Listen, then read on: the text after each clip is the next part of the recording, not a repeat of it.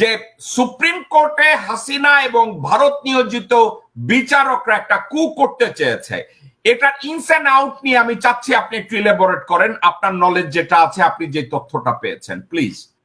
প্রথম দিকে যখন আপনার এই গভর্নমেন্ট ফরমেশন একটা প্রবলেম আছে, প্রবলেমটা এখনো এটা কিভাবে তারা ঠিক করবে আমি জানি না, কারণ ইন্টারিম গভর্নমেন্টে কখনোই উপদেষ্টা হয় না। এইটা হয় উপদেষ্টা শব্দটা আসে অ্যাজ পার কনস্টিটিউশন আর পৃথিবীর যেখানে যেখানে প্র্যাকটিস আছে যে তারা হবে কেয়ারটেকার গভর্নমেন্টে। তো because of their interim government they should use prime minister, কিন্তু তারা এটা রাজনৈতিক দলগুলোর চাপে তারা এটা করতে পারে না। এখন আপনার এই ফরমেশনের ঘাটতি, এখন উপদেষ্টা হইলে যখনই উপদেষ্টা হয় কনস্টিটিউশন এখনো বহাল আছে, এই যে কারণে রাষ্ট্রপতি চুপ্পু সাহেবও আছেন বহাল। এখন তারা হচ্ছেন চুপ্পু সাহেবের উপদেষ্টা। এখন এই চুপ্পু সাহেবের উপদেষ্টা থেকে বাতিল হইতে হইলে তাদেরকে সংবিধান বাতিল করতে হবে বা স্থগিত করতে হবে, চুপ্পু সাহেবকে বিদায় দিতে হবে এবং তাদেরকে মন্ত্রিসভার দিকে যেতে হবে, আর না হলে এটার কোনো ভ্যালু নাই। এখানে এই প্রবলেমটা তাদের মধ্যে রয়ে গেছে। এইটা তারা এখন যেভাবেই বলুক তাতে কিছু আসে না, রিয়েলিটি। যে কারণে আপনার প্রথম দিকে তারা রেটিফিকেশনের জন্য এটা সুপ্রিম কোর্টে পাঠাইলো, সুপ্রিম কোর্ট ভয়ে ভয়ে তারা কিন্তু 7 জনে দিয়ে দিল পারমিশন, যে হ্যাঁ এই সরকার ঠিক আছে। যখনই তাদের সবকিছু গোল পাকানো ঠিক হয়ে গেল যে দিক থেকে যে আমরা এখনো আছি, প্রথমে কইছে আমরা নাই, আমার পরিবার কি হইলো তাতেও কিছু আসে যায় না, কিন্তু যখন ইনস্ট্রাকশন আসলো তাদের কাছে তখন তিনি বললেন আমরা আবার ফিরে আসব, আমরা আবার লুটতরাজ করব। তো তখনই তাদের সাথেই জাতীয় শত্রুদের সব সাঙ্গপাঙ্গরা আবার একটু একটু তাজা হওয়া শুরু করলো। তখন ওই জুডিশিয়ারিতে ঢুকানো এই বদমাইশ গুলা তারা তখন জোট পাকাইলো, জোট পাকাইয়া তারা একটা আপনার ভার্চুয়াল সভা করে এইটাকে তারা এই সরকারকে অবৈধ ঘোষণা করার জন্য একটা পায়তারা নিল। এবং এইটা কিন্তু ইভেন আপনার আসিফ নজরুল সাহেবের কাছেও কিন্তু ইনফরমেশনটা যায় নাই। এই বিষয়টাকে প্রথম আপনার ছাত্ররা জেনেছে এবং ইসের ভিতরে সুপ্রিম কোর্টের ভিতরে প্রথম উদ্যোগ নিয়েছে সজল, অ্যাডভোকেট সজল।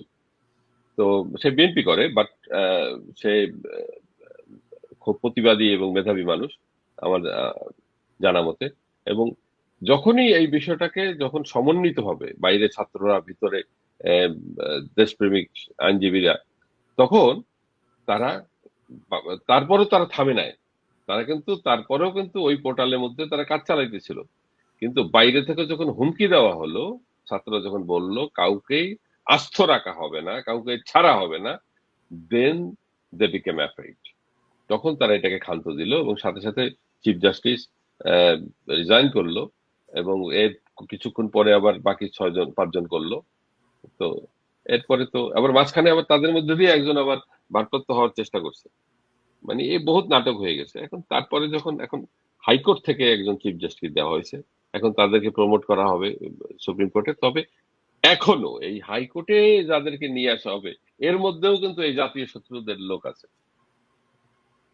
এটা এটা এমন ভাবে, আমি আপনাকে বহুত আগে বলছি যে এমন লেয়ার ভাবে দাঁড়ানো, আপনি নিজেদের দেশপ্রেমিক কোন লোককেই আপনি খুঁজে পাবেন না।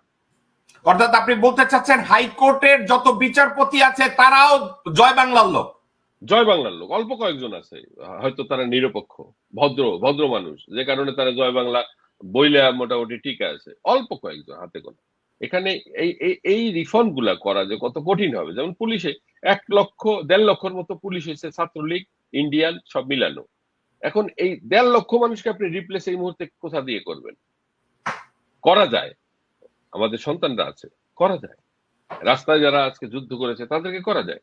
আনসার ব্যাটালিয়ন রয়েছে, আনসার রয়েছে, তাদেরকে আত্মীকরণ করে নেন, তাদের ট্রেনিং আছে। এসপি দেরকে আপনি এই যে অফিসাররা এগুলো তো সব হয়েছে আওয়ামী। আপনি আর্মি থেকে 64 জন মেজরকে ডেপুটেশনে পাঠান 5 বছরের জন্য। আমি একমত আপনার সাথে, আমি একমত। বুঝছেন? 64টা ডিস্ট্রিক্টে এক একজন মেজর পাঠাবে এজ এ এসপি, নেক্সট 5 বছর তারা হ্যাঁ। থাকবে। তারা থাকবে। আপনি ডেপুটেশন, নাহলে আপনি আর্মির ডন না থাকলে তো আপনি এই বদমাশ গুলো আবার শুরু করবে।